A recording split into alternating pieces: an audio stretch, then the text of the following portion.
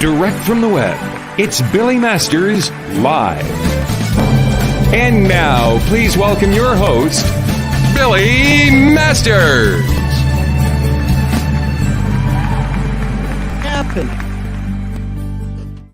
Hello, everybody. Welcome to Billy Masters Live. Oh, my God. So far, everything's gone off to a smooth start, which almost never happens. It means that disaster is only around the corner. Today is Thursday, June 11th, 2020. This is our Pride show. And this is really, I say Pride in the generic sense, but it's really our LA Pride show. Because this weekend would be the 50th anniversary of Los Angeles Pride. There would be a festival Saturday and Sunday. There would be a parade Sunday. But other cities are celebrating. I'm in Boston right now. Boston would be celebrating Pride on Saturday. The year that I did Boston Pride and LA Pride was not pretty. Just tell you have to make the tough choices in this business. But I am not going to. I'm going to deviate from our little format here because typically I would open with an anecdote. This whole show is going to be anecdotes. So you're not getting one anecdote. You're getting a cavalcade of anecdotes. And I started hosting LA Pride. We were talking about this. I don't remember the year. It might have been 2000. It was in the 2000s, maybe 2004, 2005. I don't remember. I think earlier, actually. And there was a woman named Carlise who had been the host, and you've seen her on many TV shows. Very, very funny woman who was hosting, and she knew me from the clubs, and she brought me on stage and had me do a guest spot, which as a host, I later learned that having people do a guest spot is really important because basically they give you a break. And what happened was I had been asked if I wanted to be one of the hosts. And I was asked if there was somebody in particular I wanted to host with. Well, I had hosted many events with Momma over the years. And I had heard that Momma was also going to be a host. So I had said, it would be great if we could swap off. I actually did not think of the fact that we could host together. And because we work well together and she could say, look, you do this, I'll do that. And one of our guests today came up with the bright idea saying, why don't you guys just do the whole thing?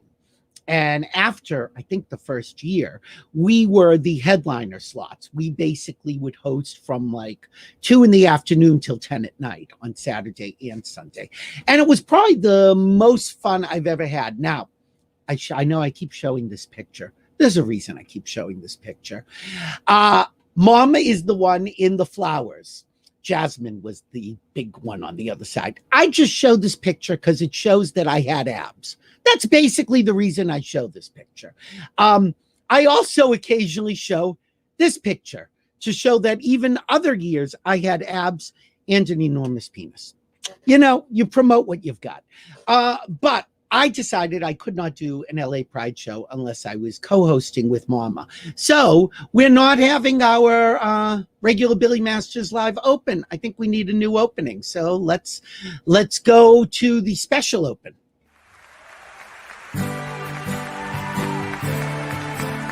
Direct from the web, it's Billy Masters Live. And now, please welcome your hosts, Momma and Billy Masters.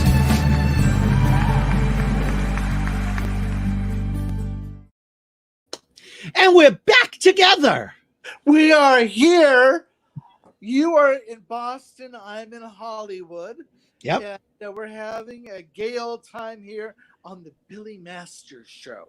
And we are bi-coastal. It's the only bi part about me. That's the, or myself also. Have you slept with women? Have you ever slept with women? I have. Okay, just checking. But I'm not a lesbian. All right, well, I'll keep that in mind. Well, we would open the show always with some banter, which we're doing now. And it was basically because we wanted to catch up with each other. Well, that's true. My memories of Billy Master and me at Gay Pride was I would have all these costume changes. You would. And Lee would say, "Tell me what colors you're wearing. Tell me what colors you're wearing." And he would bring a ton of different shirts to vests and different things so that we would match. And it was always fun to have you run into my tent and go, "What are you wearing now?" And I have some of those pictures. So here we are, a little bit of red with the shocking pink in your skirt. Let's see what else. Oh, I love this one. I don't think we're matching, but it's a great picture. It but is. And earlier in that day, we were a little bit more matchy here. Yeah, it looks great. And we always did an opening number. And because we can't do things live on the web, I have just a little snippet of us opening the show. I don't remember which year this was because all of my stuff is in LA, but I did have this. So here is how we open the show more often than not. Let's roll the clip. Hey, Claire. Well, babe, I could do this job all alone to host a show. You just need one. But this is our 5th year together, and Billy makes it much more fun. Well, very well. A star is what this show really means. Well, that's you and me, alright. One host, one lead, does it alone. But together we're out of time. It takes two, baby. It takes two, baby. Just me and you. You know it takes two. My favorite part of that is I would always print up, I'd write lyrics for the shows and give you these cards. Right. And both of us are blind as bats. We can't see. So we'd be there with this huge font, basically one line per card. Right. And we'd be looking like, I don't know what these words are. Well, and we were so unprofessional that we never rehearsed. I mean, we never did. Up and wing it. And actually, if people watching this after the fact and look back, at one point when we go into harmony, I just say, sing lead. And then I'll do or the other way around. And it was just flying by the seat. And we'd laugh. We'd laugh so much. Yeah. It was always, hosting a show for that many hours is hard and exhausting, especially on Sundays, because of course I would be on a float. So it's a long day for you. You would be a part of the parade. And I would have to get up at like 6 o'clock in the morning after a big long Saturday and then do everything and wait for my float to go. And then I would get off and have brunch in the sun all day. In the sun, and then walk over to the festival and then host the festival till closing. Yeah, and they were long nights. I think we were there till like 11 o'clock at night most years. Well, on Saturdays. Yeah, Saturday in particular. I think Sunday we left a little early. I would always have friends that I'd then go, because we really never had time to eat. We did have I think it was Chipotle that would bring us food backstage, but we never ate it. Like we would always take a sandwich when we left at the end of the night. Yeah. Well, here's another one of our outfits.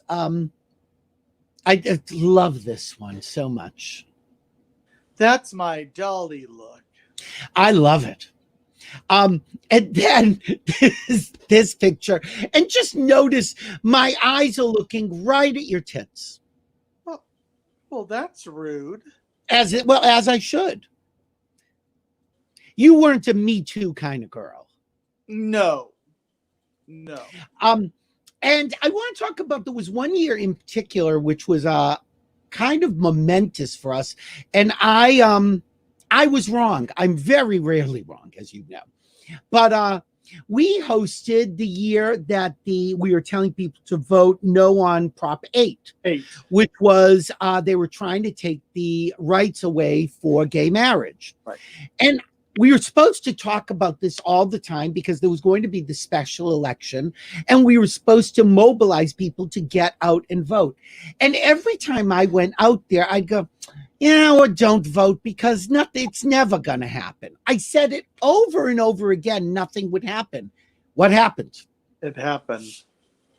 Yeah. And there was people had gotten married, and there was like 6 to 8 months that all of a sudden no gay marriage.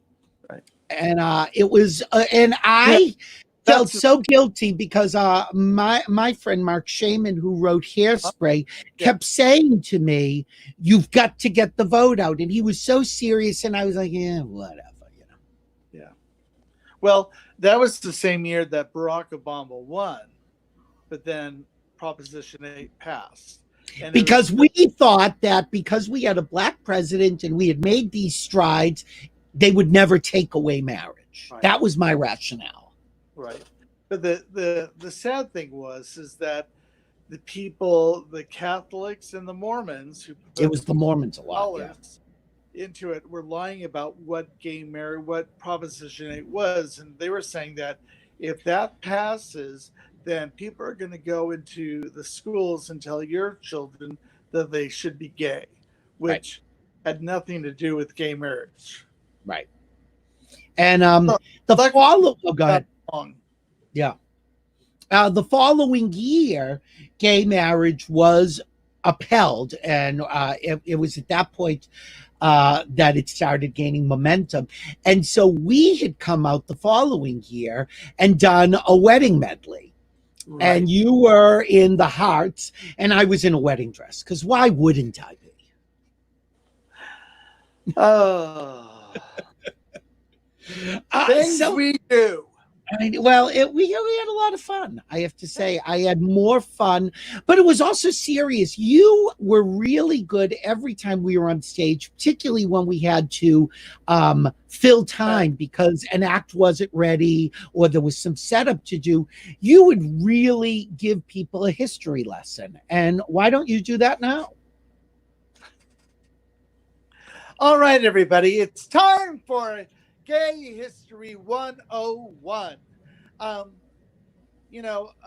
So many people, especially young people and people that are straight, don't really understand what gay people have been trying to do for years and decades. And we take gay pride as starting with the Stonewall riots, which in 2 weeks will be 51 years ago.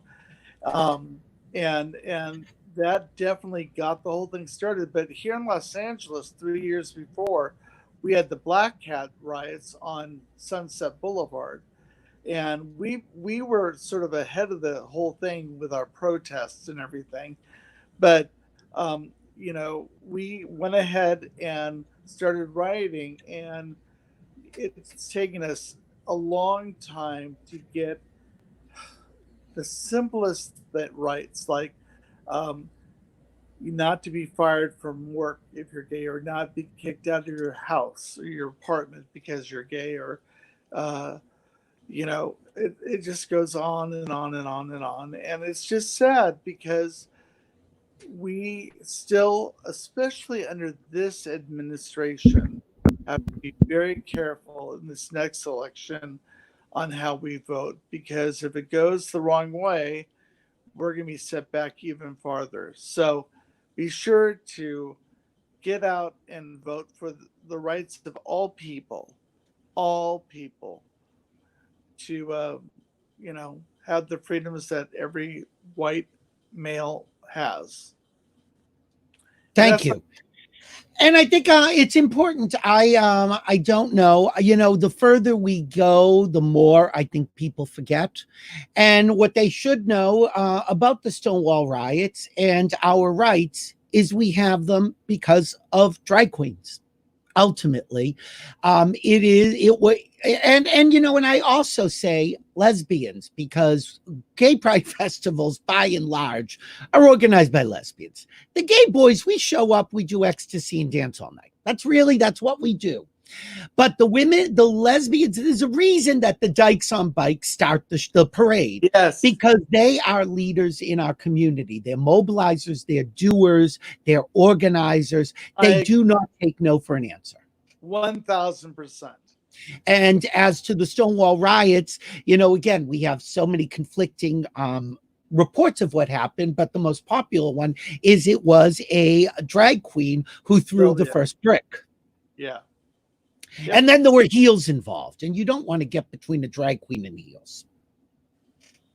You know, and the other thing that I talked about yesterday on my Facebook page is that the Stonewall riots happened because all these people went to the bar to sort of say goodbye to Judy Garland because her funeral was that day in New York.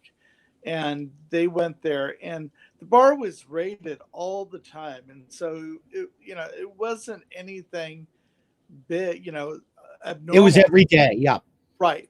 But these people, these transgender, hookers and all these people that are not, looked at in society as proper people said, we will not allow you to arrest us tonight. We are saying goodbye to Judy Garland and we want to continue this. And the police said, no, come on, faggots, let's go. And they were like, no, Sylvia threw the first pump or brick or whatever. Yeah, we don't, but it was a drag queen. There's a there's a documentary, Stonewall, which is great. There are movies. There's lots of things. PBS had a great special. So I urge people to check it out. Learn your history. Realize that when you walk into a bar and holding hands with a guy or meeting a guy or just having a drink on your way home, don't take that for granted. People had to fight and were imprisoned to give you that right. And when the election comes around, if you live in California, everybody has the opportunity for absentee ballots. If you don't feel safe going out, look into it wherever you live, because your voice matters. Do not listen to Billy Masters from 20 years ago, even though he was really cute and great in bed. Don't listen to him. With abs. Just get out and make your voice heard if you care. If you don't care, look, I'm not interested, unless you're cute, and then I'm interested a little. So every year we had city officials who would join us on stage, and I can say our favorite is certainly my favorite because he is dating my husband. So was John Duran, who has been mayor several times and city councillor many times. And here we are. And there we are. We got around with them. We travel with a very elite group. And we have him here today to just talk about what's happening now in West Hollywood. So here is John Duran. Hey, John. Hi, Billy. Hi, Mama. Hello, darling. John, you're like a regular on this show. I think it's every week. I love being a regular on your show. I want to share something about Mama. One of my favorite memories of Mama was at Gay Days at Disneyland. I happened to be sitting in the tiki room when Mama came in and choreographed 300 people on how to do proper hand choreography during the tiki room songs. Tweet, tweet, and down. Nobody can get a group going better than Mama. John Duran got his start being a skipper on the Jungle Cruise. Is that true, John? I was 18 years old working in Adventureland as a Jungle Cruise skipper in the 1970s. Yeah. Yeah. No, I wasn't born. But John, so you've done a lot. First off, people should know that you have been an activist in the city for decades at this point, and it hasn't always been easy. I was with you in your first campaign, which you did not win, but there is a tenacity about you that you will fight for what you believe in. You don't take anything for granted, and the city of West Hollywood is better for you. Thank you, Billy. Thank you. I agree. I know we're doing a pride show, and Mama so beautifully laid out some of the early history around Marsha Johnson, Sylvia Rivera, and Stormy Lefevre, the butch lesbian, who was a drag king at Stonewall that night. And those three characters being kind of seminal to the whole Stonewall hit. And the fact that the Black Cat happened 3 years prior to that here in Los Angeles. But what people may not know is the history of Christopher Street West. So Stonewall happened in June of '69. A year later, Reverend Troy Perry and Morris Kite decided they were going to have a parade. Rather than a march, it was going to be a parade in 1970 down Hollywood Boulevard, and paying tribute to Christopher Street, where Stonewall Inn was. They called it Christopher Street West.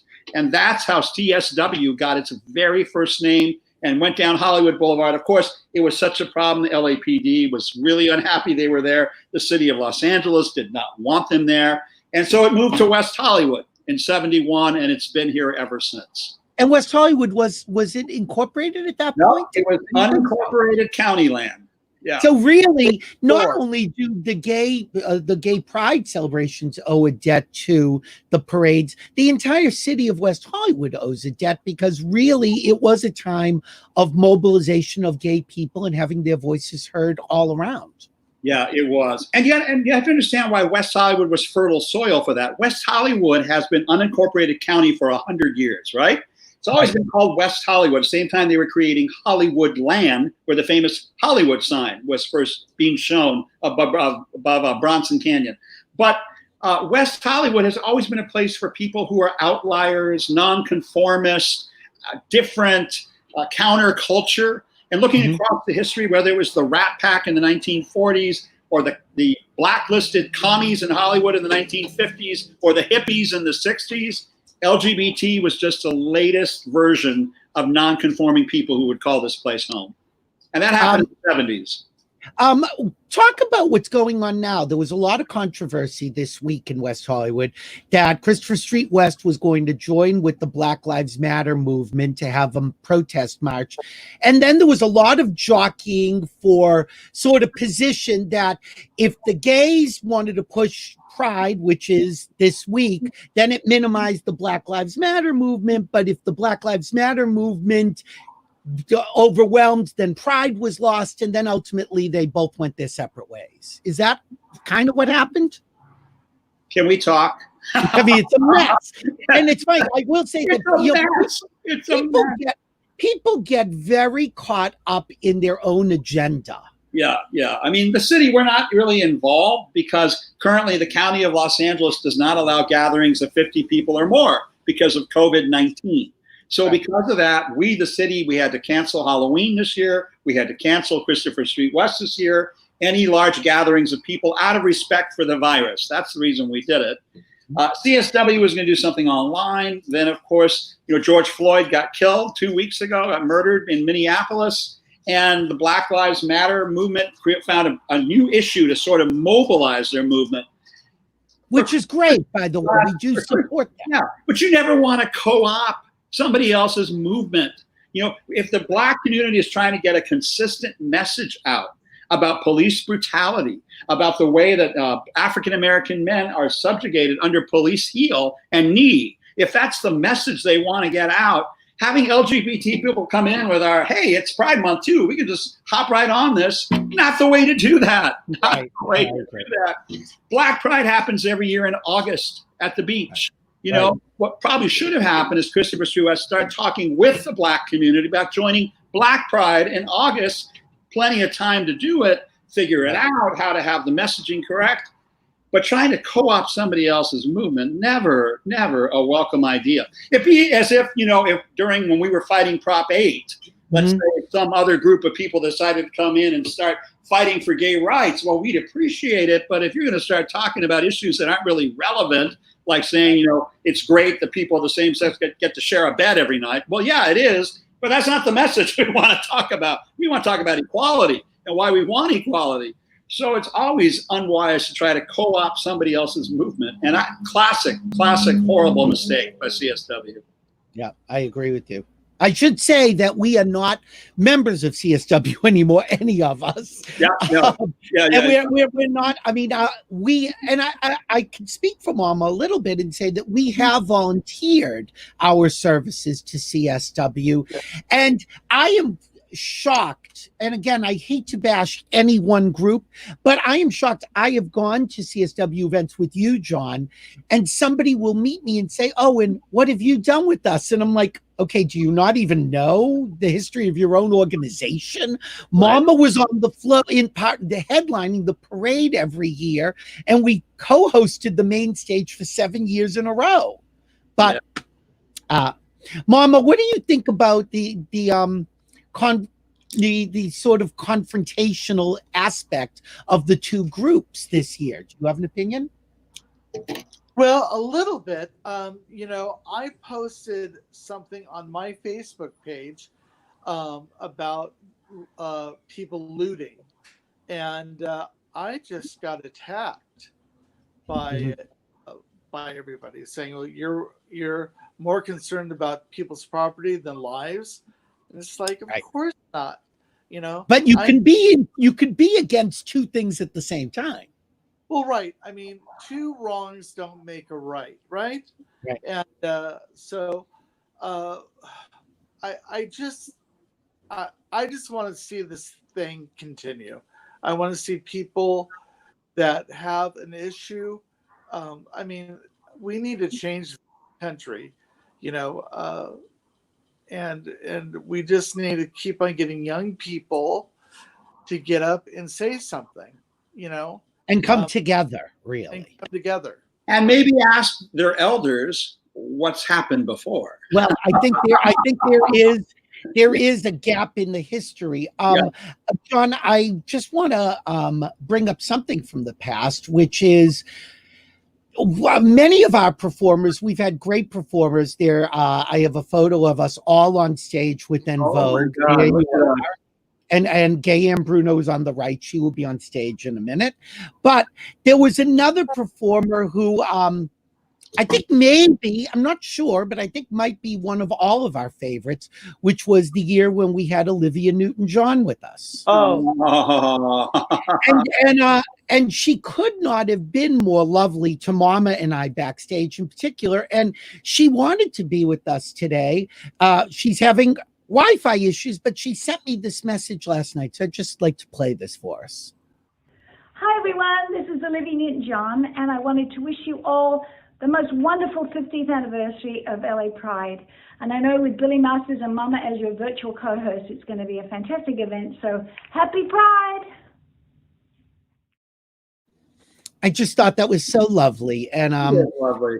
And she had actually reached out to us. What can I do? And I think that is a message that we can tell all the people, the gay people, the straight people, the black people, the Asian people who are being vilified for the coronavirus. I mean, I think if you just spread a little bit of kindness when you meet somebody, it goes a long way. Yeah, so true. John, I love you. I want to thank you for doing this. You've been great. You'll be back in another week or two anyway. I'm sure I will. It's always nice to see you, and it's nice to see Mama again. My mother, my late mother, who passed away a couple of years ago, she would always ask about you, Mama. You must have met her backstage at some point, and she would never stop talking about you. How is Mama? How is Mama? You represented the entire gay world of West Hollywood to my mother. Well, there's a lot of me. Thank you, John. We'll see you soon. Thank you, guys. Bye-bye. Bye, honey. Okay. Mama, did you notice Olivia gave us both a shout out? I have met Olivia many times, and because she at one time she was on the board of LA Opera, which I was a performer at LA Opera, and I worked with her many times. And, she is a very sweet woman. Mm-hmm. Not only is she talented and all that stuff, but she's really a great gal. A great gal. Yeah, we worked together on a different event, and then when she came to LA Pride, it was one of those things where she's like, "Oh my God, you're hosting, and oh, you're performing," and I just remember us all hanging backstage. Also, her publicist Michael Caprio. Thank you, Michael, for everything Michael does. And yeah, we've been fortunate. We've had a lot of great people who've performed with us, and I'm trying to think if we had somebody we didn't like. And that's what I was going to say. I don't, in my memory, I can't think of anybody negative. I remember like the negative things are the people that aren't famous. Yeah, always. The people that were giving them a blessing by letting them perform in front of thousands of people. And this platform, exactly. And they show up late and they set up late and we have to, They were the most demanding. Yeah. There's a photo, by the way, I found of you and me and Olivia backstage, which I just loved. We would spend so much time backstage with our guests performing. Sometimes we would come very close to missing our cues. Yes. And one of us would come running saying, "We're on." But the person who organized everything for us, and I don't know really what her title ended up being, but I always called her the talent booker and the stage coordinator. Was Gaye and Bruno, and everything that happened on stage was because of her. And we have her with us right now. Hi, Gaye. Gaye, you were with LA Pride for how many? Christopher Street West for how many years? 1999 to 2010. Okay, so if we did 7 years together, we did your last 7, so it must have been 2003. 10 minus 7. Okay, so 2003 to 2010. I remember when you first reached out to us, and you really didn't. You knew Mama, you didn't know me as well, and you said to me, the minute that the show was over the first night, "You guys are doing every show I ever do." True. So true. I recall that as if it was yesterday. Well, it ended up being a dream team because you didn't have to babysit us. It's like they've got it. I come from the corporate world in the entertainment business, and I'm a producer. I mean, that's what I do. It's just not a live show. It's still photo shoots and whatnot. And for me, it's always been find the team that works, that you have the synergy. You sort of end up reading each other's minds, watching each other's back, because it really is all about a team. It isn't an I. There is no I in team. And when I found you guys, or when I brought it together, it was like, I don't want to change. It's not like I didn't like change, but it was such a well-organized team. And we kept it going, and there was always communication, and it was always watching each other's back, and it was always pushing each other forward, as opposed to backstabbing and other shit that happens, unfortunately, in this community.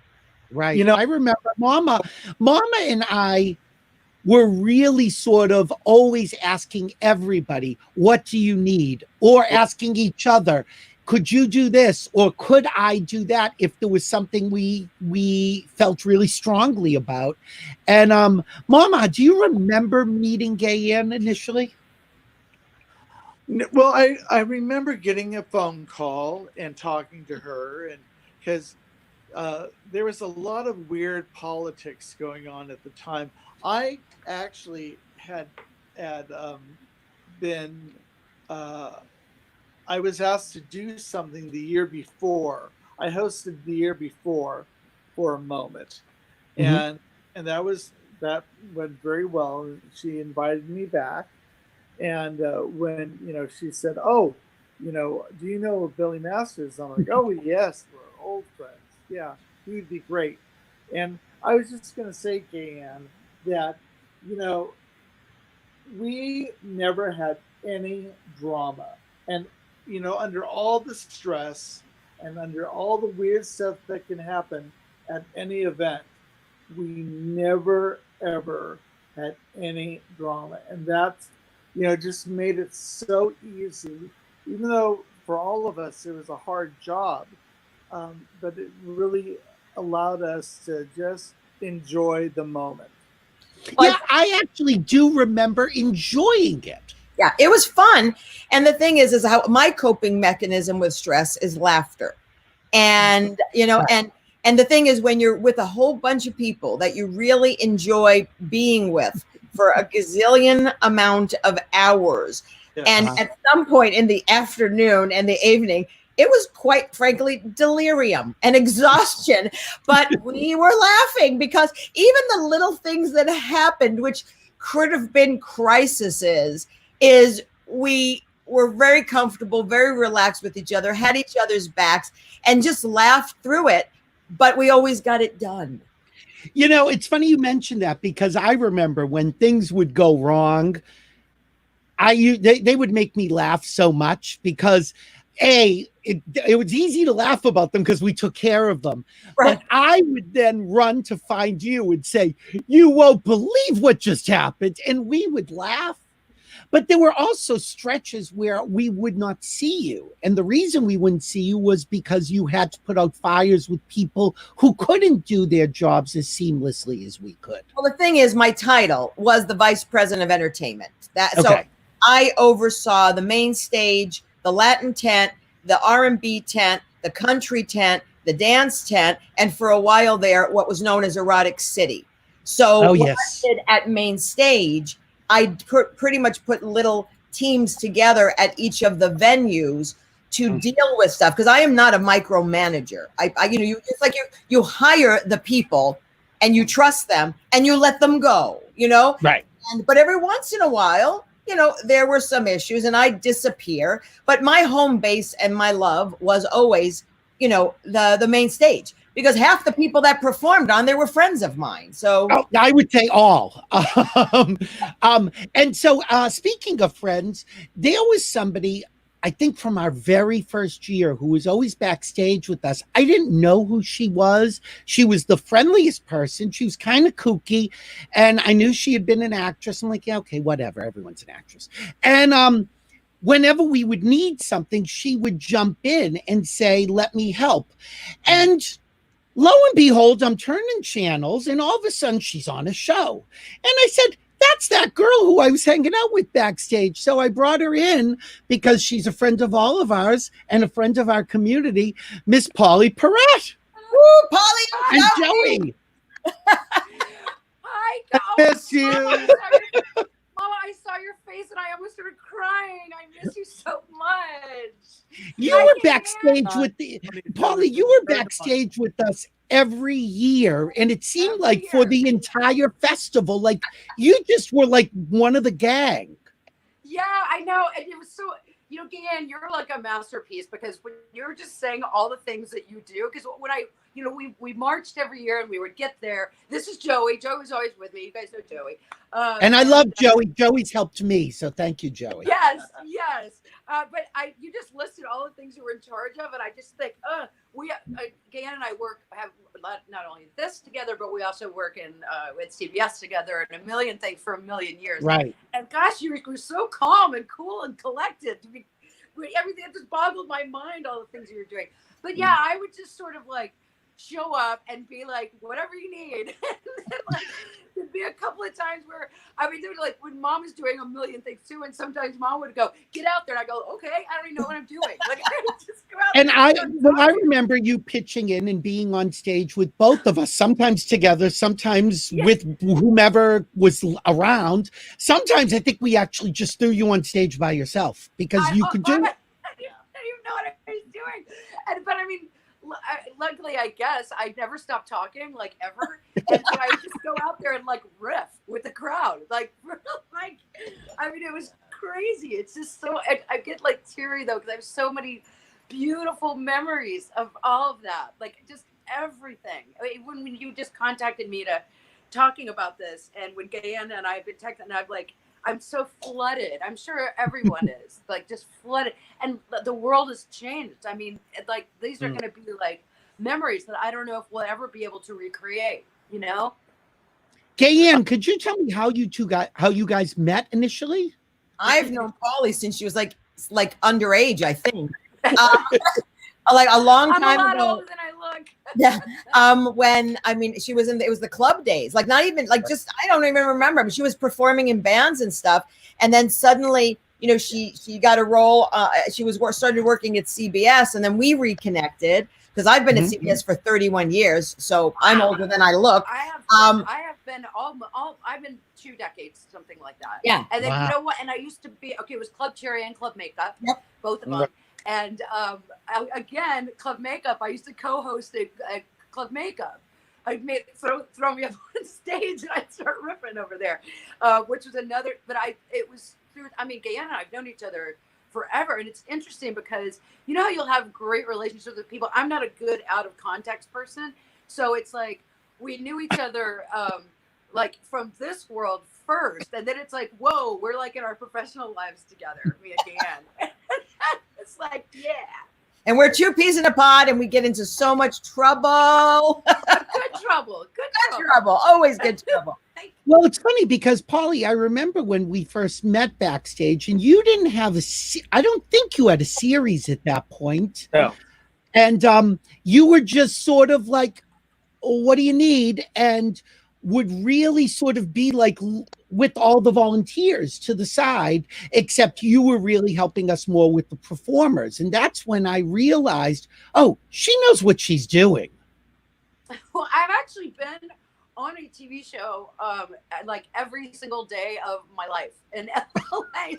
I booked my first TV show the weekend I came out here to visit, like 100 years ago, which was also CBS. Actually, my first show was CBS.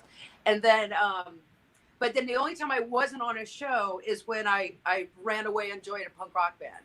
So you know, people run away and join the circus. It's like I was on this show that I couldn't stand, and I like literally joined the band, and then we got signed, and then I was on the Warped Tour. So I was like the lead singer of an all-girl punk pop band, and now I'm on the Warped Tour. It was just nuts. So yeah, I mean, it's interesting because it's so interesting, Bill, to hear you say that, because to everyone in that life and our whole life of like doing all these amazing things with like for LGBT awareness and everything we were fighting for and marching, that in that crowd, my secret life is that I was an actress. Yeah, to me, you were just the a only club one that kid. said that. A lot of people that don't watch, you know, things that if anybody, that people are like, oh my God, that you'll see me on TV, and they're like, wait, that's that weird chick that's always hanging out at Pride. That's my recollection. People would say, oh, I know her from the show. And I'm like, no, that's somebody else. This is just one of those club girls. All the time. And people come up to me, Joey knows this. The thing I hear the most, and also because I don't know, I always look like crap. That's my secret, my superhero secret look, is I just always look terrible in my real life. And but often if I'm out somewhere, the thing I hear the most is they go, whoa, you look so much like Pauley Perrette. I mean, I think, Gaye, I think you've been with me when people say that to me. Yes. She doesn't say anything. She just laughs. Depending on my mood, I'll say like, but she's taller, or, you know. And then the funniest thing I've heard of other people, celebrities or famous people, say this too. The weirdest thing is when they go, you look like Pauley Perrette, and I go, actually I am, and then they go, no, you're not. Right. All the time. No, you're not. I'm like, okay. I mean, why would I lie? It's so weird. Mama, did you know Pauley from the club days? Oh yeah, we knew each other from Club Makeup and from Club Cherry. Yeah, I was kind of Mama's sidekick at makeup too. Yeah. So again, it seemed to me that when I was thinking of who we'd have on for this virtual Pride, because nobody else is doing anything, I said, you know, there were people that I don't think the audience realized were really part of the inner circle. And when I think of Pride, the 4 of us were really, and Joey, I don't know you, but of course I love you because you've been great. I was there. Were you there too? Were you there with us? Oh yeah. See, look, I was a little busy. We've known each other 20 years, and we actually met at Club Cherry, Club Makeup. Oh my God. Yeah. It's a very small gay world. Well, we did have somebody else who was with us back then. We had at a certain point, Gaye can probably fill in the gaps. Oh my God, who's the beautiful dog? Hi, baby. Oh my God, I love it. Oh, and Pauley, before I go to the next person, can I just say I loved Broke. I think you did some amazing work. I loved reading how it helped heal you from the bad experience in the past. And so I just want to say that thank you for making us laugh and giving sort of the quirky person a place in the center of the stage. You know, it's funny. I hear that word a lot applied to myself, quirky. And I guess if you are, I mean, at this point, I'm like, I guess I am. I don't really know what that means because I'm just me. It's good. Gay, and I was looking at you when he was saying that because of this, our secret lives as like people in the industry. Gay has been with me through so many shows, so many things. It's like, thank you for mentioning that. It's just interesting that it happens to be Thursday right now. Tonight, and I was just thinking about this earlier. I was like, whoa, because you shoot a show. People often think that we like just shoot the show and it airs that day. We shot this last year, wow. And not, of course, never knowing what was going to happen. Tonight's episode, Gan, think about this. Okay, it's the Cinco de Mayo episode, but obviously we're not hitting it on Cinco de Mayo. But the gist of the whole episode tonight is white Americans not understanding Latin culture and how we get it so wrong. And it's hilarious and it's incredibly poignant. And I'm like, wow, like we did this last year. If we had shot it this afternoon and it aired tonight, we couldn't have been more on point. Wow. Amazing. Sometimes those things come together, just like on the flip side, the opposite side, it had the unfortunate timing of coming out around the time Indebted was out there. And people like, well, is that the same show? And I'm like, they're so different, but people lump things together. Had it been at a different time, it probably would have stood out on its own a lot more. Well, I think there was a lot of things. And I mean, looking at everything in the world, you got nothing to complain about. But yeah, we came out, the show is so beautiful and I love it so much. And then right when we were about to start is when COVID was that first wave when everybody was like, oh my God. So we were, promoting a show in the middle of a pandemic, opening a show in the middle of a pandemic, just craziness. Like it's just been like, I think later on when I have time to process everything, if any of us ever could process all this, it's like a lot to think about. It was really nuts.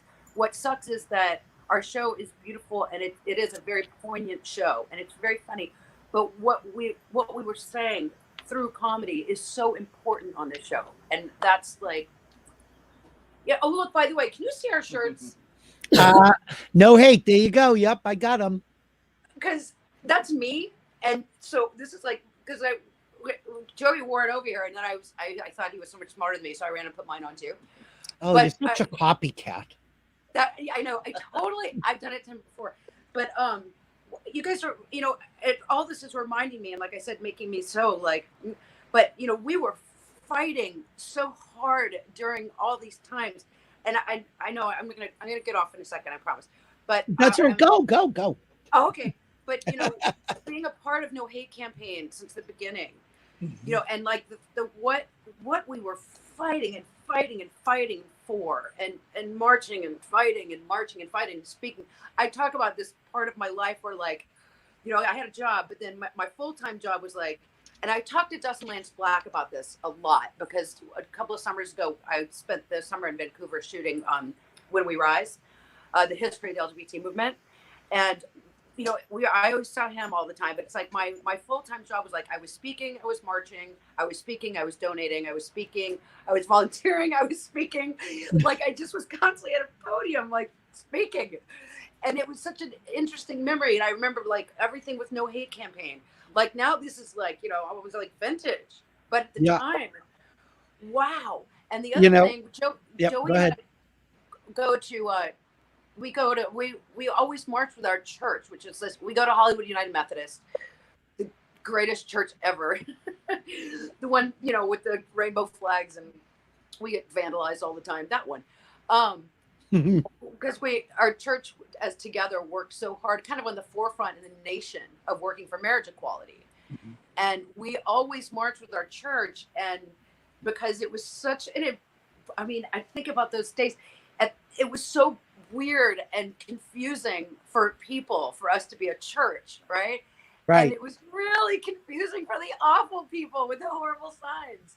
They were like, Jesus hates you. And we're like, we love you, every Lipford, we love you all, you know, like whatever.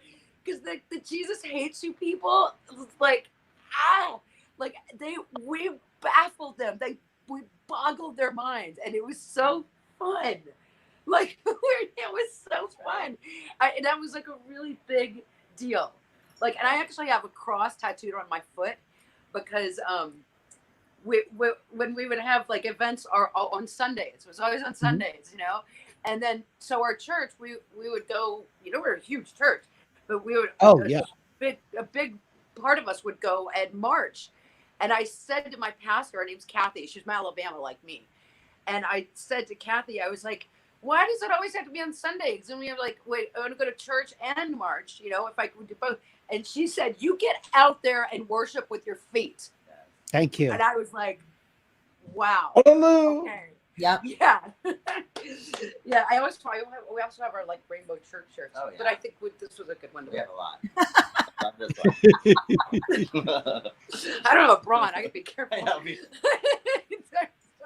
You know, you've been such a strong ally to this community and a vocal person. And I think, you know, people who put themselves out there on the front lines are also the first that people target with hate. And I think that I guess it was last year, maybe a year and a half ago, when you had the problems with the previous show. I can't listen now. What? Yeah, we can't. Yeah. No. All I was saying is that I loved, you know, that you spoke out, because most people don't. And somebody said to me, do you know her? I said, I don't know anything about this, but if Pauley's speaking out, Right, there's something to say. You're Right. not somebody that's going to be back quiet. around so you can listen, Dan. I was speaking to my friend Wendy. Yes. We were talking the other day, and she's my twin. I don't actually have a twin, but she's my twin, because Wendy and I were born at the same time on the same day and the same year. Wow. And she's awesome. She's black, I'm white, and we're twins, right? So like, she's so awesome. We've been texting a lot in the last few days, and one of the things we were talking about, people used to always ask me, because I'm a straight ally. I'm a totally straight girl. And they're like, why are you always marching for LGBT rights? And I'm like, that question, I always say, I'm not here to judge, I'm here to educate in my head. That's what I would say. Absolutely. And there's another dog. Wow, I know, there's a room full of them. There's more over there. I'm a rescuer. But of course you I are. was telling Wendy the other day that I've always felt like, and I don't do everything right. I don't get it all right. But in my head, since I was young, I always thought that often civil rights issues are deemed as self-serving to whatever community is speaking out. So I've always thought that I'll use my female person self to say, men need to be standing up for women's rights, because I've always felt that way. And I say, like, it's the same philosophy, because otherwise it looks like a self-serving movement, you know. I always think that like straight people need to be standing up for LGBT rights, so it doesn't look like a self-serving movement. And also every single whether it's Black Lives Matter, or for every other, like when the Latino community, that especially in this administration, my God, it takes all of us to say this isn't right. You know, it takes all of us to stand up for each other. And so like being a straight ally was being loud about it was just so important to me, because I grew up down south, and I mean, wow, I grew up around a lot of bigotry, a lot. Sure. I don't know why, by the grace of God, me and my sister both have always just been like civil rights activists. Like it's my earliest memory. And I'm glad it didn't go the other way. Lord have mercy, you know. Right. But you know, from where I come from, it made it even more important to me, I think, to fight for other people's rights. And I'm, like I said, I'm asking men, please fight for mine too, as women, because we, you know, that's still, you know, we still got a long way to go on all those fronts. And Well, I think you brought up that's a really good point. The good point being is that everyone has to stand up for everyone else, because when it's your turn, you want others to stand with you. So the white people, the Latinos stand with the blacks and the Latinos stand with the gays. I mean, women, men, we all are in this together. And if you look at yourself as a subgroup and think it doesn't touch you, you are mistaken. Well, Mama, what were you saying? And I just want to say that, you know, I can't believe in this country that the ERA has not passed. It's just shocking. And the thing that makes me upset is that there are more women in the United States than men. And if women would put out the vote and represent themselves, then this would happen. And not to shame women, but we need to just get people to speak up for their own selves. And vote in their own self-interest. Right. It's a completely patriarchal society still. Yeah, absolutely. Right, Mama. There's more women than men. But, you know, the claws of patriarchy are still, like, you know, are holding on to, like, the apron strings that are, like, you know, strangling women everywhere. Well, you know, it's everybody. You know, I mean, patriarchy is the old white male world. Straight. Yeah, you know? great. Straight world, you know? And you know, it just makes me sad and angry. Yes.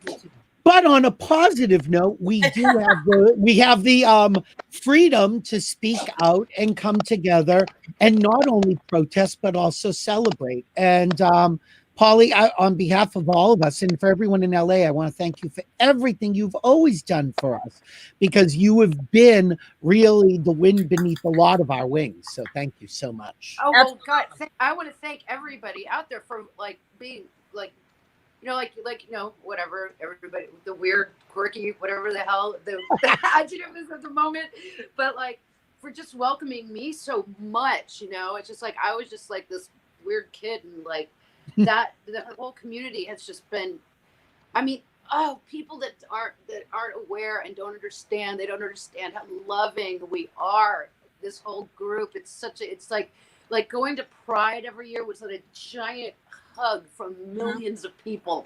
Absolutely. You know, it just felt so good to be there, and just like, it's an embrace for all of us. And that, when you had asked earlier, like, what are some memories, what are some, all that stuff, but the largest memory that I have was just that feeling. It's like, just get there, you know, we're marching. It's like, I can't wait to get there, and you just enter this world, you know, of, like, happy people and just loving people, and people of all shapes and sizes and colors, and kids. And also, for those of us that have been doing this long, we remember the evolution of there. You know, we've talked about this a lot, is that, you know, it used to be this big, and, you know, Gayana, you certainly know the numbers because you were, and then it was this big, and it was this big, and then the face of the movement started changing a lot, where there was, like, parents and kids and like all kinds of things. And then I get in my, like, old lady mode, like, going back and thinking about it, when we used to march, the Jesus Hates You people. There used to be, like, I remember times when there was, like, hundreds of them. And then it's so interesting, because year by year by year. Exactly. Then, like, the last few times was like 3 dudes there. Like, all this thing. But I mean, the cool part about Pride, at least the only one, well, I was part of Long Beach as well, but my home was LA Pride, is that we tried to have a sensitivity to constantly evolve as the community evolves. So every person or every new letter that was added to LGBT. We tried to address their needs within that tiny postage stamp of an area. We became, as the adoption started to be put forth with gay couples, their ability to adopt, we created a children's garden. So, I mean, our community has always tried to evolve and be inclusive. And it would be great when it would be a world where it wasn't any labels, that we just accepted each other, that we were colorblind, that it doesn't matter, that we were just people. Right. Guys, we're not on network television. Gabe. Oh, sorry. I know, that's okay. Jesus, she thinks there's a hard break coming. But Pauley, I have kept you so long, but I adore you. I want to thank you for doing this with us. I just it gave a little normalcy for us to kind of do what we would be doing. So I appreciate it.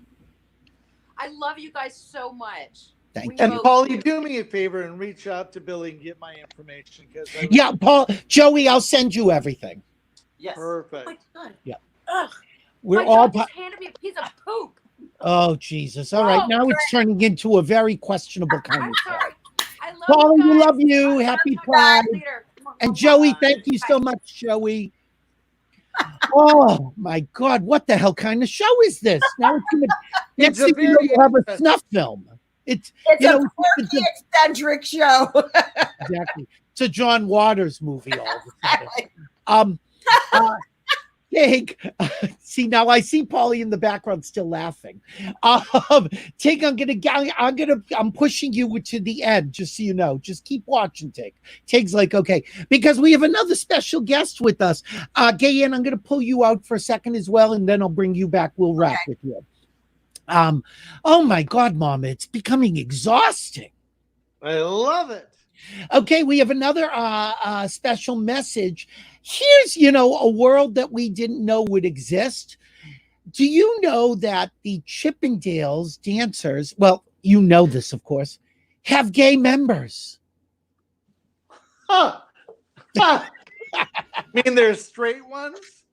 I know, exactly. But openly gay members, and they're doing these virtual home parties, which we'll get them on this show soon to do a little virtual show with us. But we have a message from the host of the Chippendales at home party. So let's just send this message out there. What's up, LA Pride? It's Jason Michael here with the Chippendales in Las Vegas, Nevada. So as a member of the LGBTQ plus community, with all of my heart, I want to send you my love and wishing you a happy 50th Pride. We want to give a big special shout out to Billy Masters and Momma for making this event possible and allowing us to be a part of it. So once again, happy Pride LA, be safe, stand together, and most of all, spread love. Well, that was really special. Yeah, I was, I'm telling you, people reached out to me during this. Are you still there? Can you hear me? I can't tell. Okay, hold on. Let's see. If I take you out, can you hear me now? We don't know if Mama can hear me. Leave. I'm going to just kick her from the You know side. what, Billy? I'm going to sign out and sign back in. Good. Okay, kicked from the studio. Who needs her? Because I've got somebody in a red hat, so yes, it's you, ready to come on with us. And I've been running late. So, I'm juggling my men. I have known our next guest, God, I think since I moved to LA 20 years ago. And he was again, another fun, cute club kid who latched onto my column and wanted to be the filth to go girl. And she was. When I did my my first talk show pilot, I was very pleased to have Willem there. As a matter of fact, I had Mama there with me. But let's start with Willem. He turned into this enormous global superstar who also appeared on RuPaul's Drag Race. Made a little bit of history by being a little nasty. And here he is, Willem. Baby, wait, no, I'm not. Oh, wait, I'm not getting your mic. I think you might be muted. Billy. The mic. There you are. There you are. How are you, honey? I'm so good. How are you?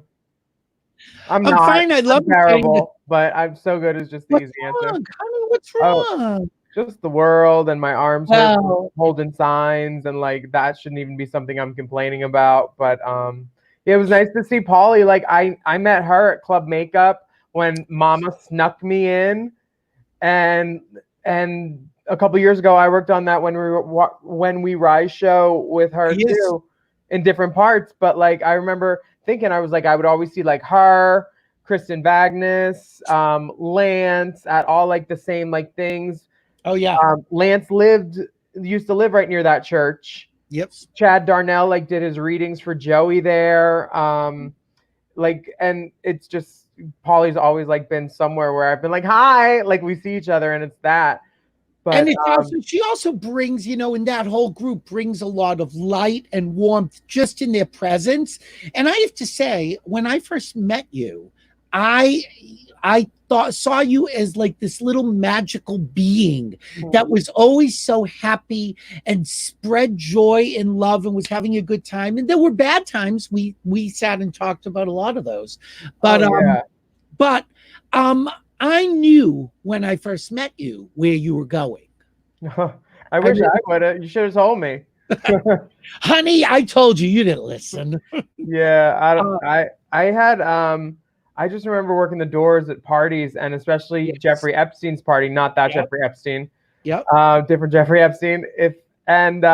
Just like being so like enthralled by like, oh my God, there's someone from the real world there. They're so famous. And just remember thinking like, wow, so famous. And then I ended up on a reality show and like, you know, kind of tripped down that same path. I don't go to Jeffrey's parties anymore because I'm usually out of town though. At least I don't have to check. Well, you were the door and ran the audience. You were audience coordinator for my talk show pilot as well. Yeah, So, I mean, you've done it all. And so can we talk briefly? I know that you're over it. Who cares? You made RuPaul history.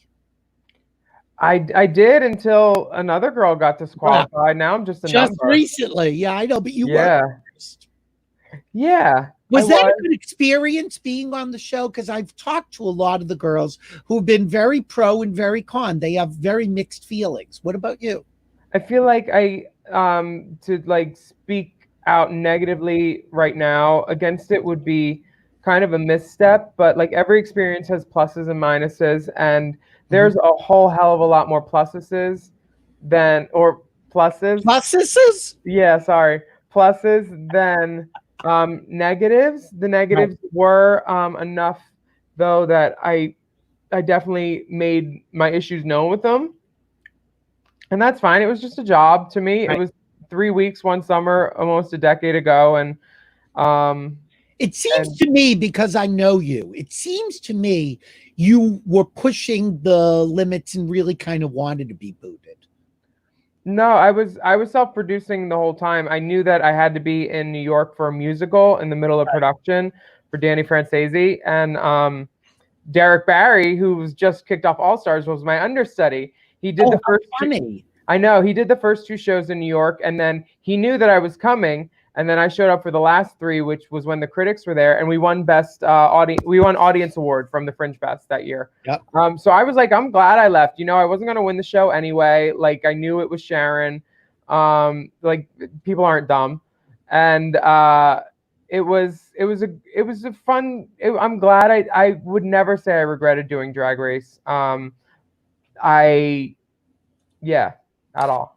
I want to show a couple of pictures because you have a long history with LA Pride. You were helping us in the early years before you became the presence that you are.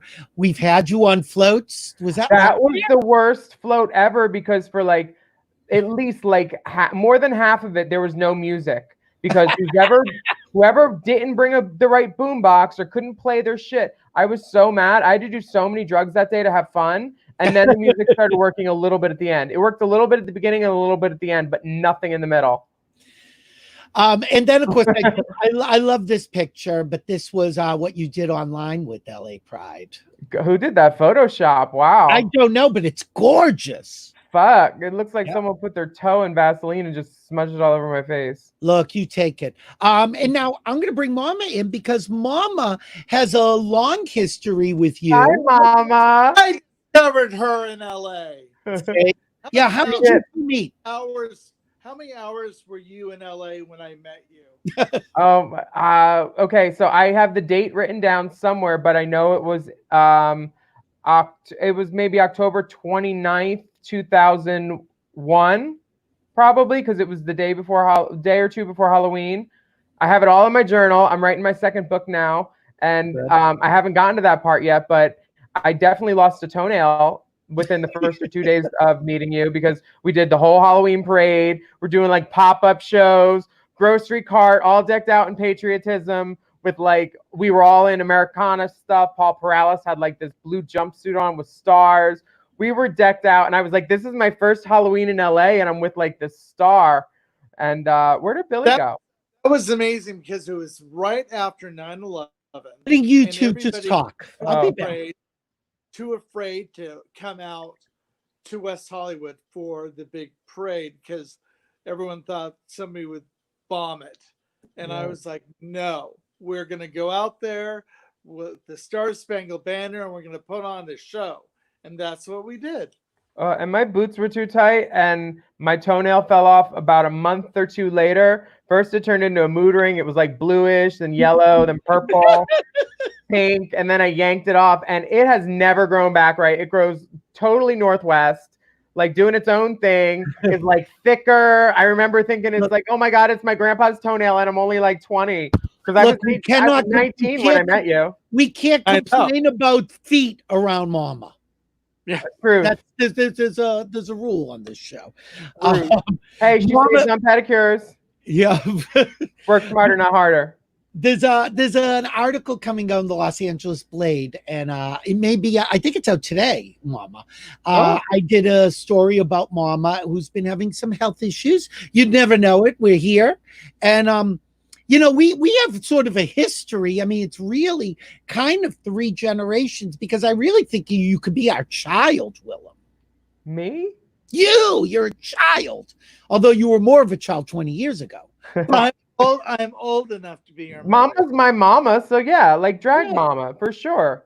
Yeah, well, definitely. Even your real mother, I'm probably older than her. I don't know. She was born in 58, I think. She's older. Yeah. Thank God. You won. You're the queen. Willem, darling, what do you have coming up? You're always working on a million things between songs and videos and projects and books and shows. Right now, I have 2 podcasts that I do every week. We haven't missed a week in almost 2 years. Yeah. And we talk about like politics and whatever we want to, and drag stuff. And highlight like gay musicians on one podcast on Fridays and Wednesdays. We took a page from the Golden Girls podcast called Out on the Line, and Alaska and I recap every episode of Drag Race one by one. Great. Because we're like, girl, we're going to keep making money off you. You don't want to pay us for repeats? Okay. Fuck them. Not fuck them, but use it to your advantage. And then I have a nomination right now for acting for the Daytime Emmys for a Netflix show called East Siders. Oh, great. Which is a great show. Thanks. It's a great show. And because I did my own makeup on the show, I'm also my IMDb page says that I'm nominated for makeup too. So I'm a double Daytime Emmy Award nominee right now. So we'll see if I win this summer, and then based on that, I don't know, maybe earrings if I get 2. I think so. And I should mention, you mentioned Alaska. Alaska will be on this show in 2 weeks on the 25th. Oh, cool. So she'll be here as well. We're back with Frank Tuccaro, who, of course, loves both of you. He put me in his book. I read his Mackie book. His Mackie book is like with all of my like big like cute coffee table books. People are like, ooh, what's this? See? Yeah. And again, my Mama as well is in the book. Willem, where do you want to go? Because as long as I've known you, you've been the most ambitious person in the room. So you've done everything, but what is your heart? What is the thing you want to do? I want to own a club that I want to own an adult club. I want to own a strip club in LA that 4 nights a week or 3 or 4 nights a week is dick dancers, like in Dallas and like the Nob Hill and all that. And then 1 night a week is for TS girls. Okay. 1 night a week is for dykes, like Jumbo's Clown Room night.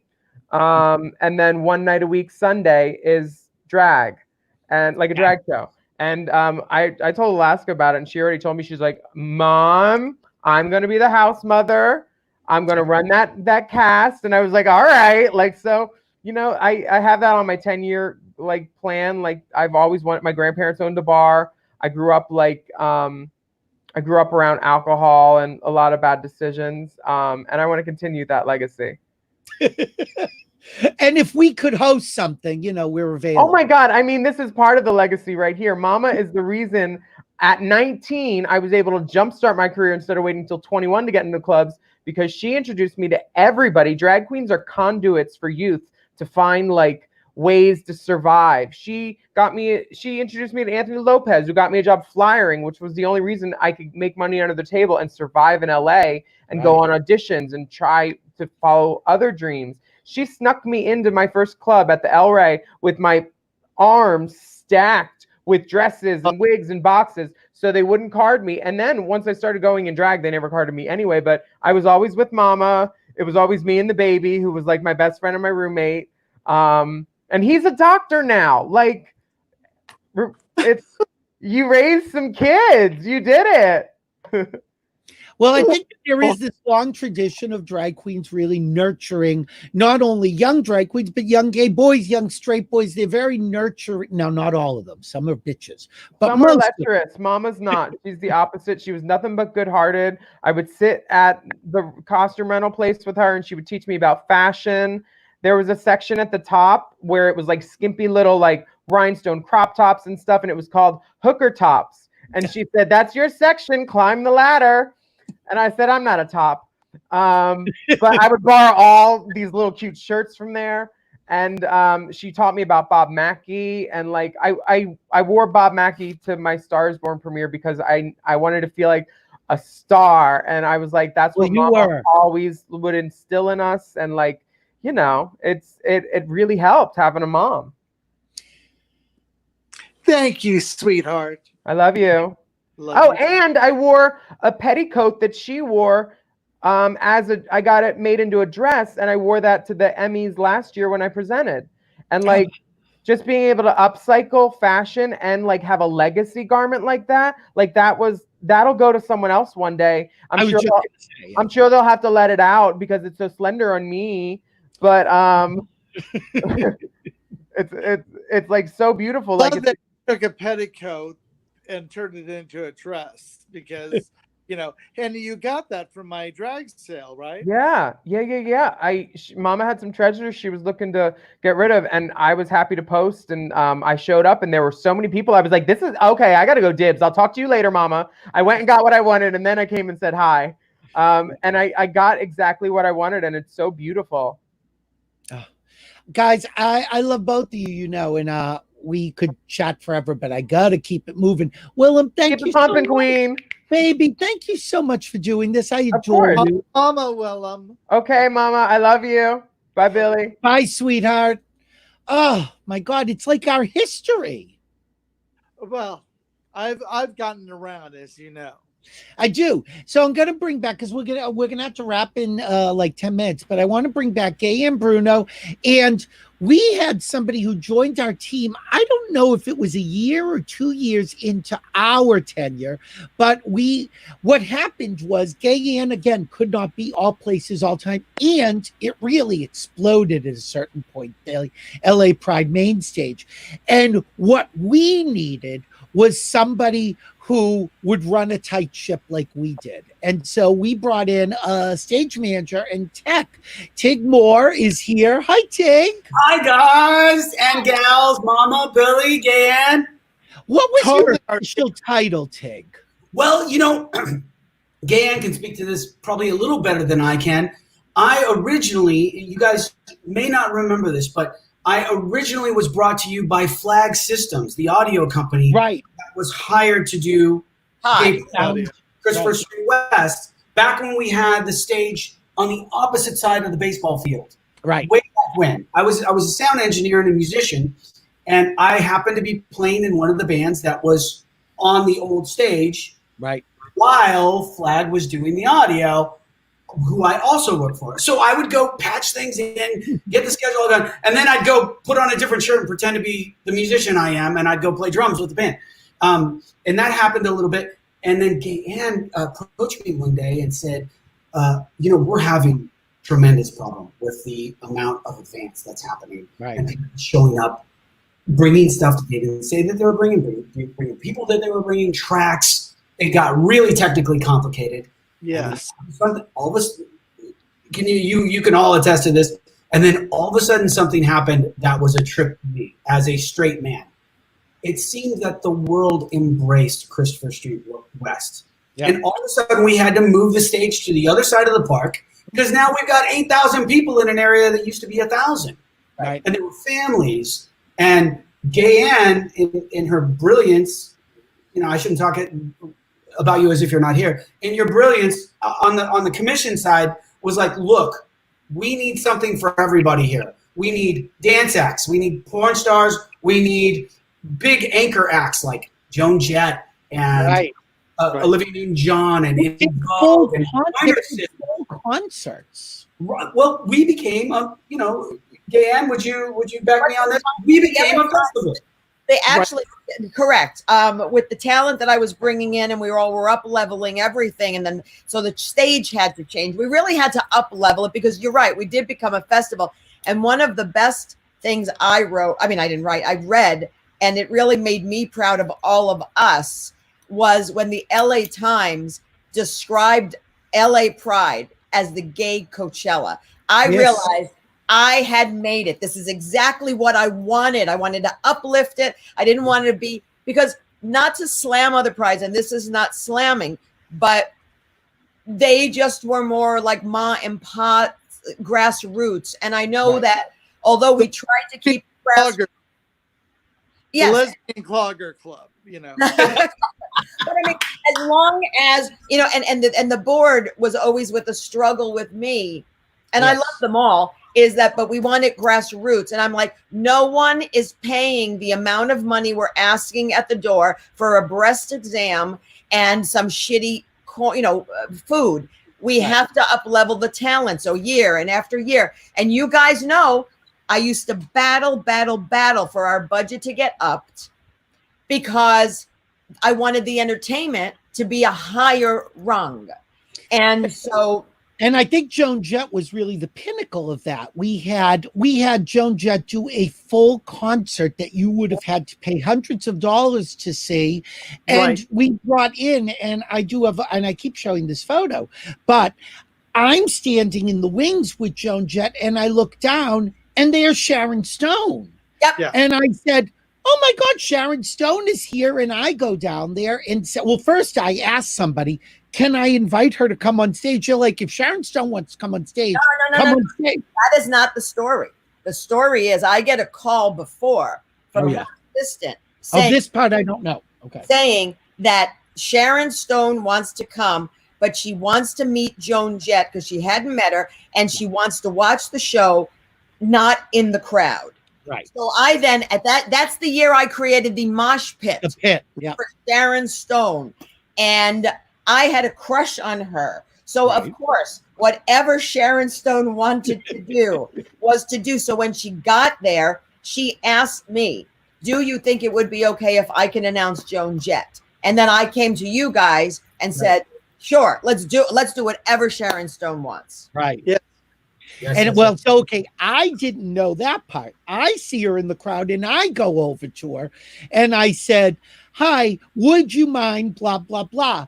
And she's like, and because she was with friends, she brought a group with her. And lesbians.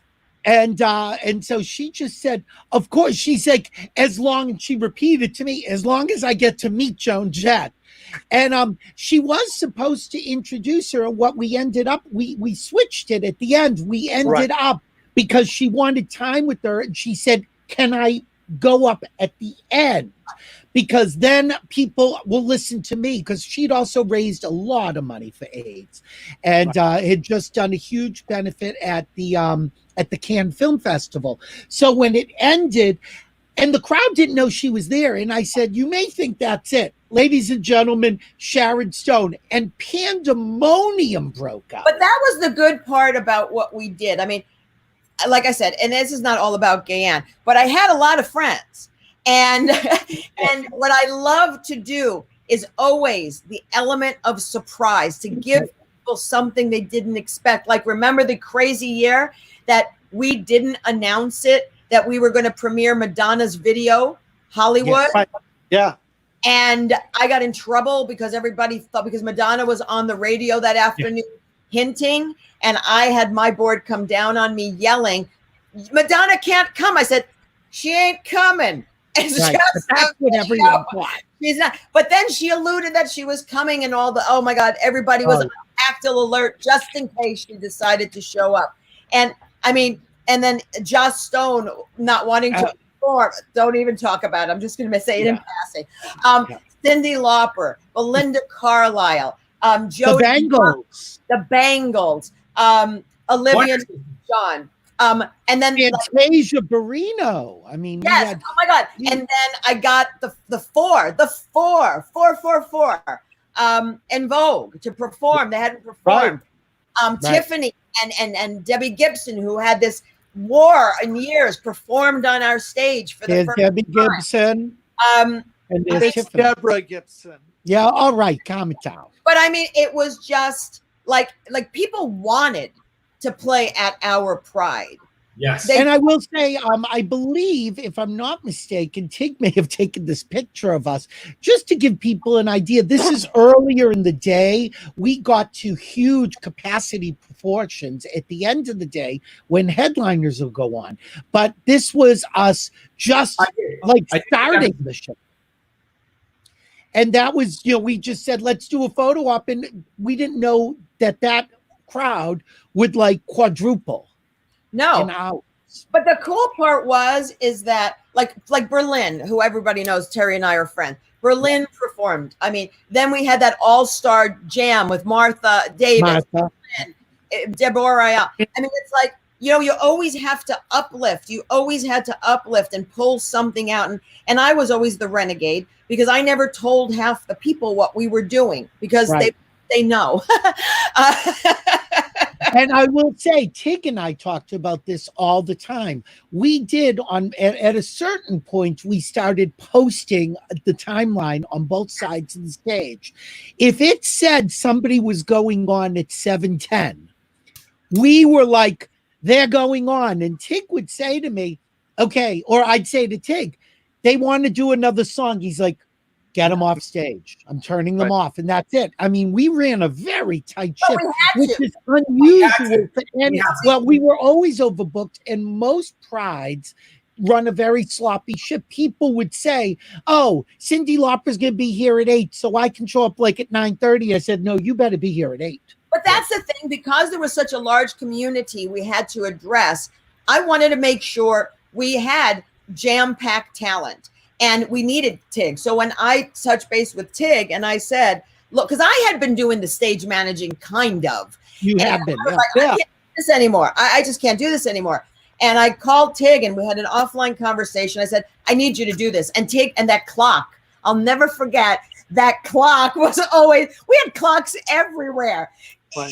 Everywhere. And then there were years where they got lost and I would send my crew to, oh my God, what is the hardware place? Coons. The hardware place on West. I was like, go get a 4 or 5 clocks and get the batteries. We need them.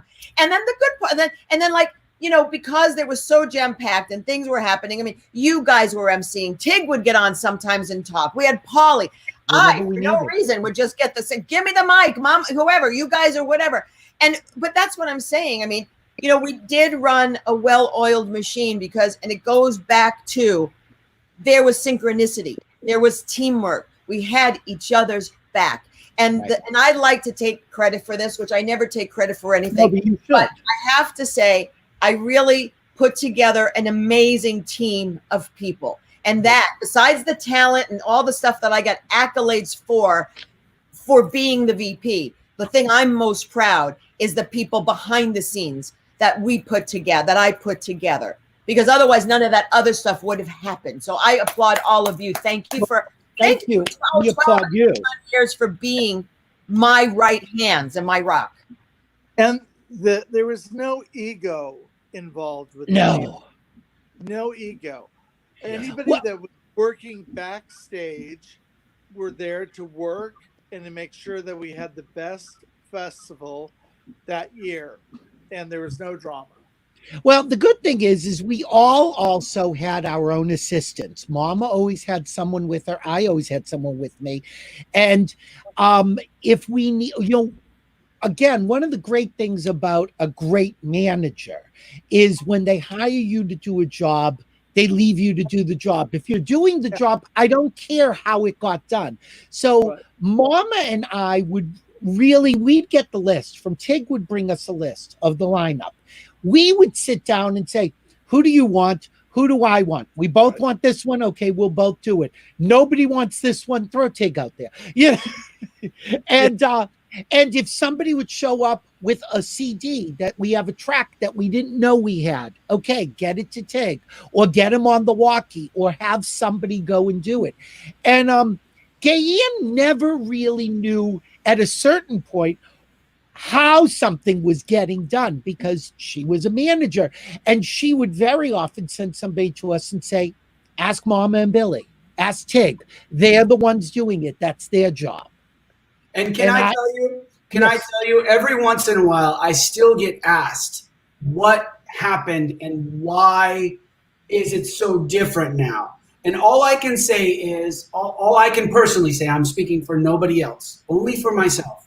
All I can say is that there was a level of love and caring that we all cared about that it truly wasn't about us. It was about making the community feel loved, accepted, and we did that by inclusion.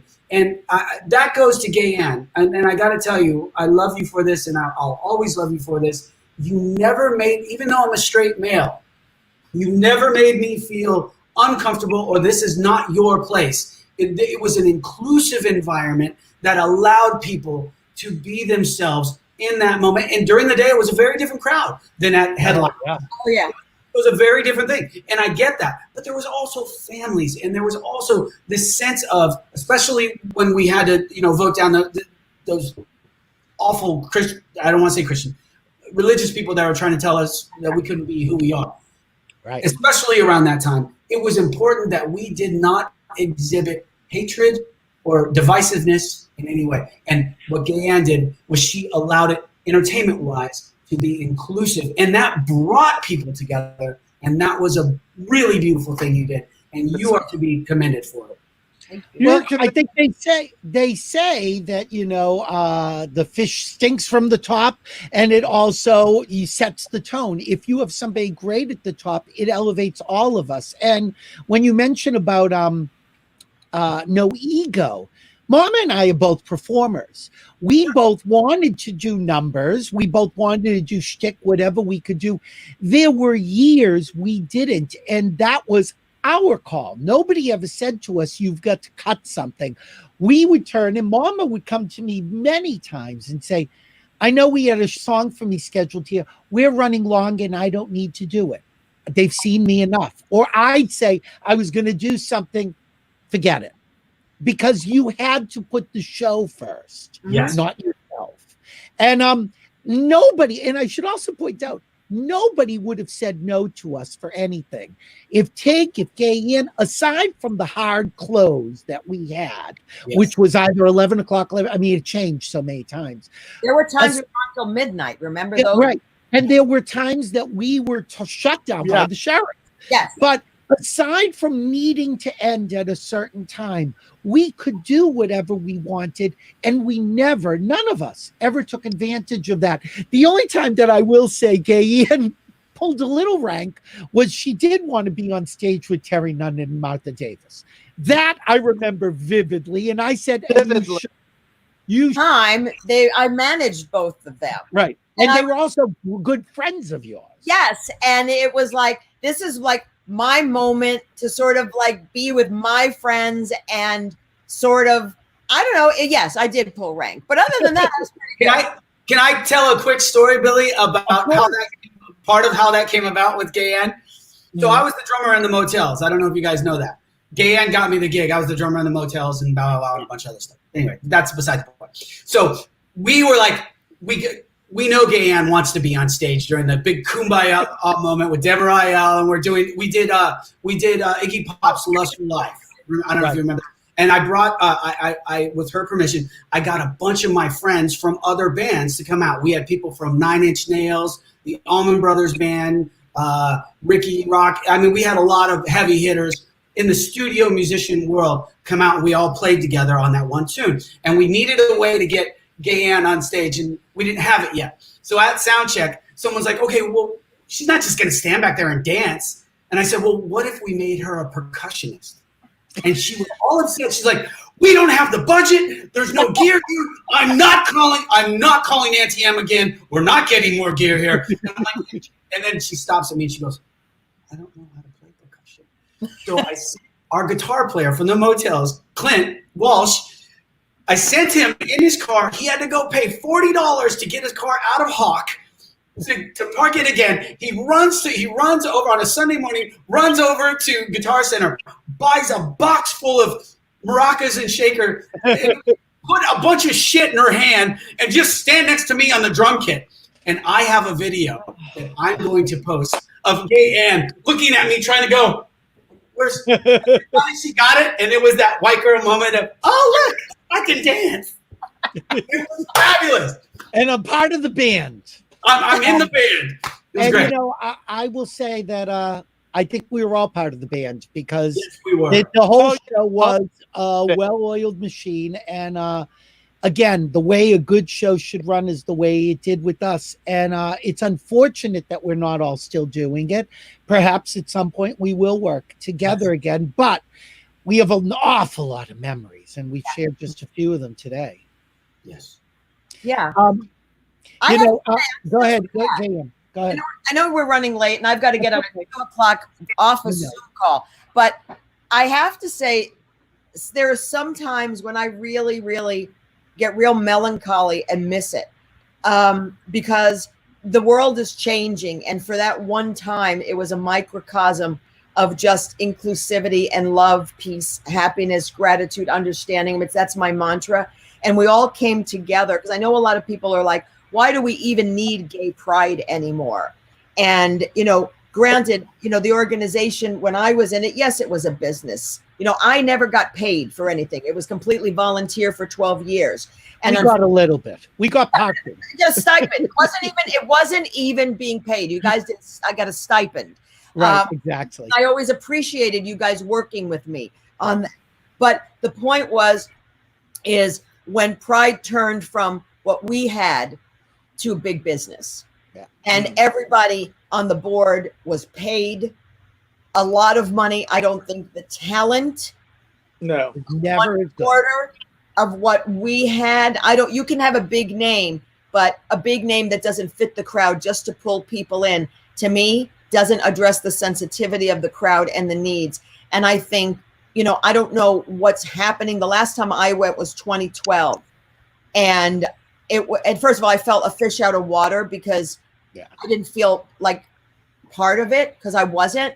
And you know, guys, when you always get the backstage passes, not to have those backstage passes. Why go? I'm out of here. I'm used to being backstage. You kind of have that entitlement and you know, and I just felt this is not my pride anymore. Well, I want to say, I think that we were somewhat a victim of our success because it became so great and so big that it had to keep that trajectory and it had to morph into something that it shouldn't have. I will say last year when I went, I was treated very well and I was given a backstage pass. I might have fought a little bit about it, but I did. And I will say the stage looks great. The money they are spending is exorbitant, which is why the ticket prices have gone up. And they're paying for one or two headliners. They do not have continuous entertainment all day like we had. But They're Bill, putting all of their money in those two headliners, and then people are walking around saying, what's going on? but Billy, also, I'm not talking about the current administration with Madonna. I mean, this new bunch of people, there was a section there that wasn't a, you know, it was a middle ground. Yeah, there was a middle, there was a that whatever that period was. But I'm hoping that they are on point. And unfortunately, this would have been the 50th. Yeah, So I know. what? And we did the 40th, if I'm not mistaken. We all did the 40th together. You do the math. What are we at? 2010? Yeah, yeah, we did the 40th because that was my last year. So, I remember that vividly. Yeah. So I hope. Oh, and can I also just point out that Mama and I, when they started, right after last year's, and I know from experience, the minute one festival's over, you start planning the next one. Mama and we had talked and said we should pitch that we come back, even if it's for like introducing one person. Nobody was interested. Really? Yeah, really. I'm surprised by that. I mean, because to most thinking you guys are or were Christopher Street West. I mean, let's be fair. We were the face, yes. You were definitely the face of Christopher Street West. There's no question about it. I would get asked. We didn't want money. We didn't want notoriety. We didn't even want billing. We were willing to just go and do something to celebrate 50, and nobody was interested in us. So, wow, I'm surprised. How about this one? I asked to come back to the board, and they told me I had to be voted back in. What? And still to this day, they have not made me an emeritus board member. Yeah, that's oh man. Okay, well, there you go. That's business. That's business. But let's just end on a positive note that we had so many years together. We did some amazing work, and we've just sort of given a little taste of what we did. There are videos that Christopher Street West has of all of our shows. Someday they may be public. But I want to thank you. Even if it is thanking ourselves, because we were the high point of Christopher Street West. And there is nobody else I would rather work with, ever. We were the golden years, like David Bowie said. Well, look, we got a gay man, a drag queen, a straight man, and a lesbian. What more do you think we want? Inclusivity, right? And we had Pauley, a straight woman. So I had no idea that's who that was. The cute, quirky, blonde punk rock chick is. I just put that together. I had no idea. Not a clue. All those years, I know. And I would send her to your booth to bring a CD. Yes, I had no idea who she was until this moment. Great. There you go. Look at that. You guys, superstars. Thank you so much. We will see you again soon. And please, let's do something. We'll do something again, all of us. I love that. I'm down. All right. Bye, sweetheart. Gaye, our leader, we couldn't have done anything without you. I just want to say thank you for everything you've ever done. Can I do a shameless plug? Yeah, of course. Oh, okay, you got your podcast. Do it. My podcast. I have a podcast. There's 45,000 people that watch and listen globally. It's called Between the Sheets. We're on the first and third Friday of every month on the United Broadcasting Network on Facebook. You're also accredited now by CBS. It is. It's accredited now by CBS.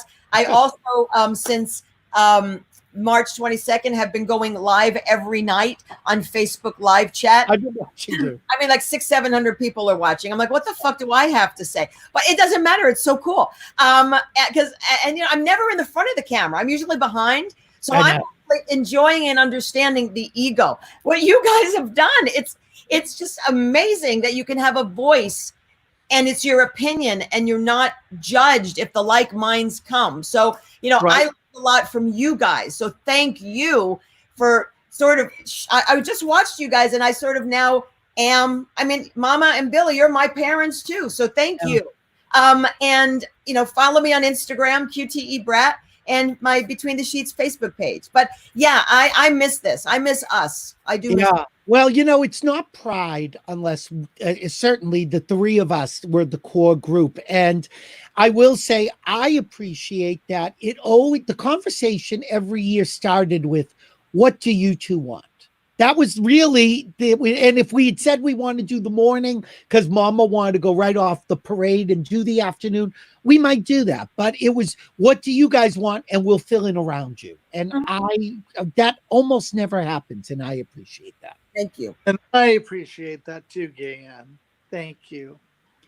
Gayanne, we'll see you soon and we'll work together again, I hope, very soon. I hope so. I love you guys and I miss you. Mama, feel better. Pride. Thank you. Happy Pride. And Mama, well, what can I say? This is our 8th year of hosting LA Pride. We're back. Right. I love it. And, you know, you and I have been talking through this whole, since I started doing this show, of when were we going to do something together. And I said, if this pandemic lasts and I'm still doing this show, I wanted to save you for today. And I have not co-hosted with anyone. I will not co-host with anyone, but I will do anything with you anytime, any place. Thank you, Billy. And please, everyone, go to losangelesblade.com, I think is what the website is. There's an article that I've written about Mama. It will kind of fill in what's been going on lately. But I am so glad to have you here back as Mama. You're an icon. Thank you, Billy. Thank you. Thank you. Let me plug one thing too. Please, of course. And, you know, I don't have Instagram. I don't have a lot of those things. But I have a new page on the Facebook called Worthy's Wonderland. And it's WORTHIE' Wonderland. And if you want to learn about fun things about Southern California, that's the place to go. And I'm putting it up right now. Let's see, losangelesblade.com. Okay, so just for people who don't know, and you know, sometimes they need a little bit of visual aid, the article that I wrote about Mama is in losangelesblade.com, so check it out. It talks about her long affiliation with Project Angel Food with a little twist, and I'm not going to spoil the twist, but there is a twist. Oh, we do have thank you, and Gayanne, thank you. I'm looking at comments. I'm just looking very quickly before I go. Jonathan Vasquez. Thank you, Jonathan. Thank you. Steve Masterson loves us. Robert L. These are all of our friends. Bobby Trendy. Oh my God. Erin Quill. Erin, thank you, my darling. You're all people we love. Stephen Foster. Oh my God, Stephen.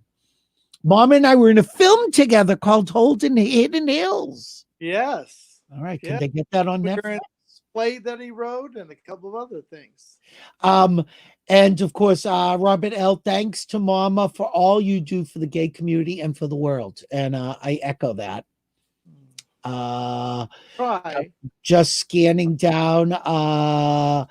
And I think it bears repeating. I just want to show the message. We got a special message earlier today, and I showed it earlier in the show. But let me just show it one more time from our friend Olivia Newton-John. Hi, everyone. This is Olivia Newton-John, and I wanted to wish you all the most wonderful 50th anniversary of LA Pride. And I know with Billy Masters and Mama as your virtual co-host, it's going to be a fantastic event. So happy Pride! So I want to thank Olivia Newton-John for reaching out to us. She was one of our performers. I don't remember what year. There have been so many. Yeah. But that night really gave a full concert, and she was so much fun. And it was her first concert in a long time. Right. Yeah, because she had been ill with cancer. Right. And she's also back battling cancer now. So I mean, I wish her the best. I wish all you the best. Look, it is Pride Month. Be kind to each other. Remember the people who came before you. Remember what it's all about. Black lives matter, gay lives matter, Asian lives matter, white lives matter, Latino lives matter, all lives matter. But to our African American fans out there watching, we're with you. We've been there. And none of it's right, but we shall endure. You know, I've been taking a knee for over a year now, and I just want to do whatever I can to make sure that any young African American boy that gets pulled over doesn't have to feel like he's a criminal. And, I'll be the gauche person to say any young African American boys, I will take 2 knees. I know. Sorry, I can't help myself. Thank you for watching Billy Masters Live, hosted by Billy Masters and Mama. Next week, we have Thomas Roberts, news anchor Thomas Roberts, and we have Levi Christ, who's also appeared. Oh, very good friend of mine. And lots of people will be here next week. We still are in need of a social media coordinator, and the 2 people who volunteered, I'm not so thrilled with either of you. They didn't pass the swimsuit competition. And there's no fooling around, maybe. But anyway, thank you, Mama, for hosting with me. I adore you. I'll talk to you soon. All right. Bye. Happy Pride, everyone. And from everyone here at Billy Masters Live, thank you for watching. And just remember, if we're here, we're live. Bye-bye. Take care.